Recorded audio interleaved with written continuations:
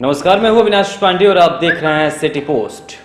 Corona virus जिससे पूरी दुनिया त्रस्त है, वहीं बात अगर झारखंड की करें तो झारखंड में भी मरीजों की संख्या लगातार बढ़ती जा रही है, जिसके बाद पहली बार राज्य स्तरीय समन्वय समिति की बैठक हुई, जिसकी अध्यक्षता मुख्यमंत्री हेमंत सोरेन ने की।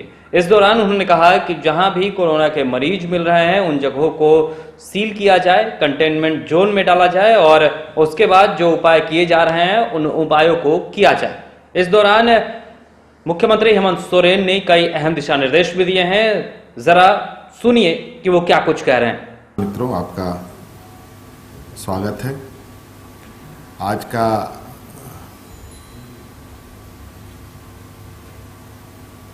प्रेस कॉन्फ्रेंस का विषय मैं आपके समक्ष रख रहा हूं। जैसे कि आपको मालूम है कि आज हम लोगों ने इस देश के प्रधानमंत्री जी के साथ वीडियो कॉन्फ्रेंसिंग में हम लोग शामिल रहे और दूसरे लॉकडाउन की स्थिति पर चर्चा हुई। कई राज्यों ने अपनी अपनी बातें रखी और चूंकि इस वीडियो कॉन्फ्रेंसिंग में समय के अभाव में शायद हमें बात रखने का मौका नहीं मिल पाया और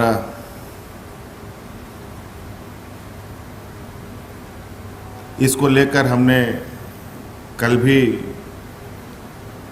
ही प्रधानमंत्री जी को एक पत्र भी लिखा था, जिसमें हमने आग्रह भी किया था कि हमें कुछ समय दिया जाए बोलने के लिए, और अगर कतिपय कारणों से समय नहीं निकलता है या समय नहीं मिल पाता है तो ऐसे स्थिति में हमारे इस पत्र को आज के वीडियो कॉन्फ्रेंसिंग का हिस्सा बनाया जाए और जो हमने पत्र लिखा है वो पत्र हूबहू हमारे वेबसाइट पर अपलोड कर दिया गया है, जहां आपको उपलब्ध होगा। उसका कुछ सार मैं आपको बता देना चाह रहा हूं, जो हमने मुख्य बिंदु उस पत्र में लिखा है।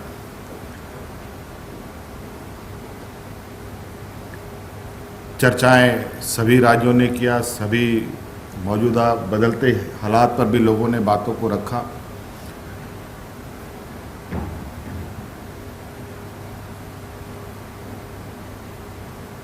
हमने जो पत्र लिखा है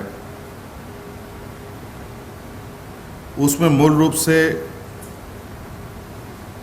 जो हमने रेखांकित किया है कि झारखंड राज्य को भारत सरकार के द्वारा दिया जा रहा या देश को दिया जा रहा है दिशा निर्देशों को अनुपालन करने में लगता है कि हमें इसकी सजा मिल रही है। हम झारखंडियों को इसका सजा मिल रहा है। वो आपके मन में सवाल होगा, वो कैसे?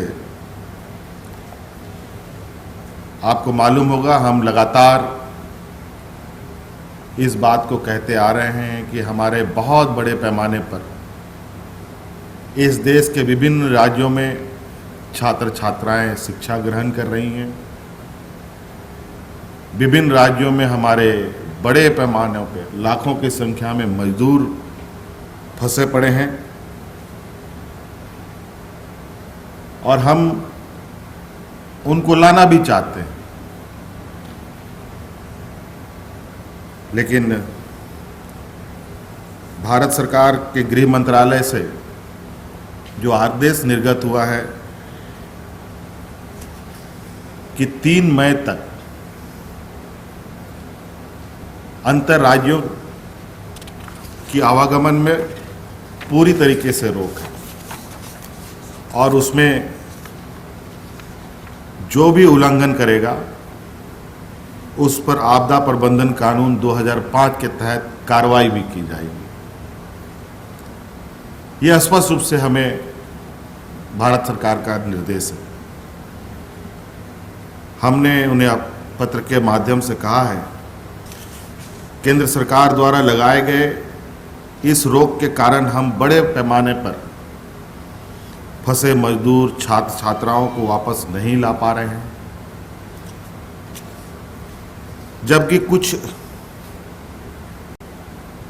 राज्य भारत सरकार के दिशा निर्देशों का उल्लंघन भी कर रहे हैं और इस पर केंद्र सरकार बिल्कुल मौन है। मैं थोड़ा सा इससे परेशान हूं। आखिर ऐसा हो रहा है तो केंद्र सरकार मौन क्यों है, मैं ये जानना चाहता हूं। और अंतर्राज्यीय आवागमन भी हो रहा है, जो लगभग आपके चैनलों के माध्यम से, अखबारों के चैनलों के माध्यम से दिखाया भी जा रहा है, खबरों में छप भी रही है।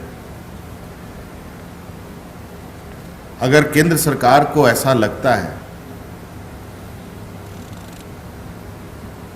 कि प्रवासी मजदूरों को, विभिन्न राज्यों के छात्र छात्राओं को अपना घर वापस जाने देना चाहिए, तो मुझे लगता है इस पर केंद्र सरकार को कोई दिशा निर्देश जारी करना चाहिए।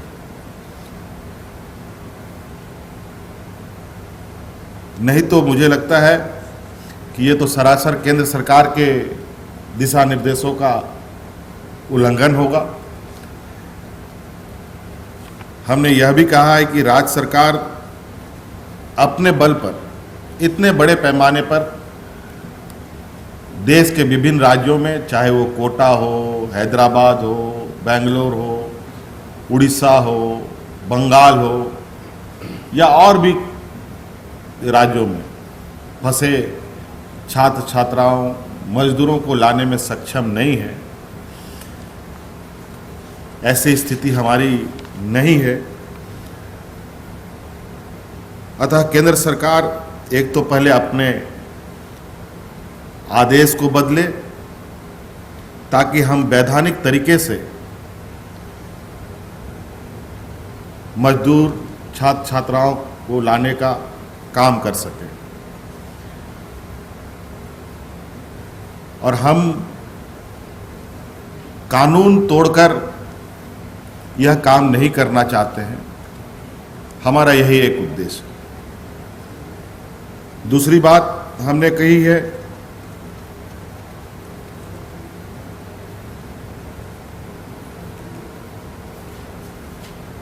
कि केंद्र सरकार ये भी तय करे और ये भी बताए जो बाहर फंसे मजदूर छात्र छात्राओं को किस प्रकार झारखंड वापस लाया जा सकता है। कोई असम में है, कोई जम्मू कश्मीर में है, कोई हैदराबाद में है, कोई बेंगलोर में है, कोई कोटा में है, कोई राजस्थान में है, कोई उड़ीसा में है। ऐसे अनेकों जगह किस तरीके से चीज़ों को हम ला सकते हैं।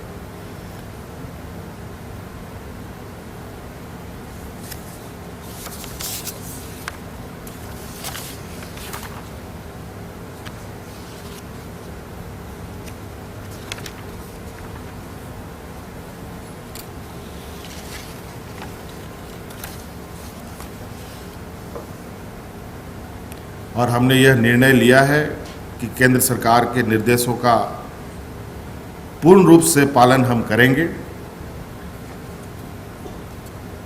तथा उनके स्तर से इंटर स्टेट मूवमेंट पर लगाए गए रोक समाप्त करने संबंधित आदेश निर्गत होने का इंतजार भी हम करेंगे। अगर ऐसा कोई निर्देश नहीं आता है तो हम अन्य विकल्पों का भी हम सहारा लेंगे ताकि उन लोगों को हम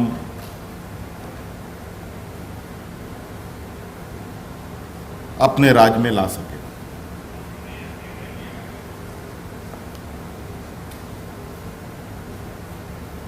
ये एक विषय हुआ। दूसरा विषय आपके समक्ष रखना चाहता हूं। आपको मालूम है कि राज्य में कोरोना संक्रमित लोगों की संख्या बढ़ रही है, लेकिन इससे घबराने और चिंतित होने की आवश्यकता नहीं है।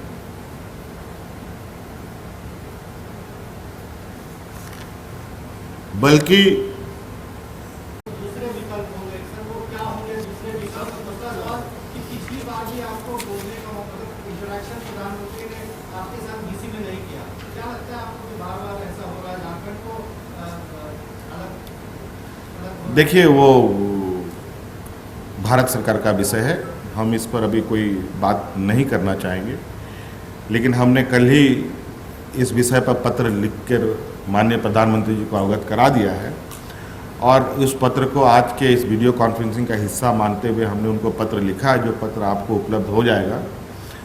और इस विषय पर हमने मार्गदर्शन मांगा है, और वो ये भी जानते हैं कि कई राज्य ये काम कर रहे हैं, उसके बावजूद केंद्र सरकार मौन है। आखिर क्यों?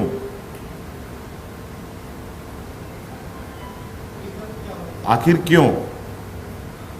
आप उधर से भी जानने का प्रयास कीजिए। हम अगर ऐसे ही सब चुपचाप चलेगा तो मैं समझता हूं कि ये जो लोग जो इस तरीके से हो रहे हैं, ये कानून का, केंद्र सरकार का दिशा निर्देशों का उल्लंघन है। और इसके लिए और भी फोरम है, हम लोग उस विषय पर आगे बढ़ेंगे। हमने कहा है कि हम दूसरे विकल्प का भी हम सहारा ले सकते हैं। ज़रूरत पड़ेगा तो कल हम कोर्ट भी जाएंगे। सर, आपने कहा कि हिंदपीढ़ी से लोग बाहर गए, संक्रमण फैला, अब ऐसा नहीं होगा। लेकिन सर, हिंदपीढ़ी को अगर छोड़ दिया जाए, उस हॉट स्पॉट को छोड़ दिया जाए, सदर अस्पताल से जो नर्सिंग स्टाफ से संक्रमित पाई गई, सर कहीं ना कहीं इसे चूक तो मानते हैं आप स्वास्थ्य महकमे? मित्रों, थोड़ा सा आप बात को इस तरीके से लीजिए कि आप अगर कहीं बाल कटाते हैं तो बाल का टुकड़ा आपके शर्ट पे नहीं लगेगा, ऐसा संभव है? लेकिन सर, जब हॉट स्पॉट आज ये ऐसी चीज है, आज वहाँ लोगों को इलाज नहीं भी किया जाए, ये भी मानवता का खिलाफ। आज एन केन प्रकारेण पूरे राज्य की निगाहें और राज्य की स्वास्थ्य व्यवस्था आज पूरी तरीके के सरकार के कंधे पर है। आज जिस तरीके से चीज़ें आप देख रहे हैं, इतना आसान नहीं है। आज हमारे स्वास्थ्यकर्मी अपने जान जोखिम में डालकर ये कार्य कर रहे हैं। आज आपको ऐसी स्थिति पर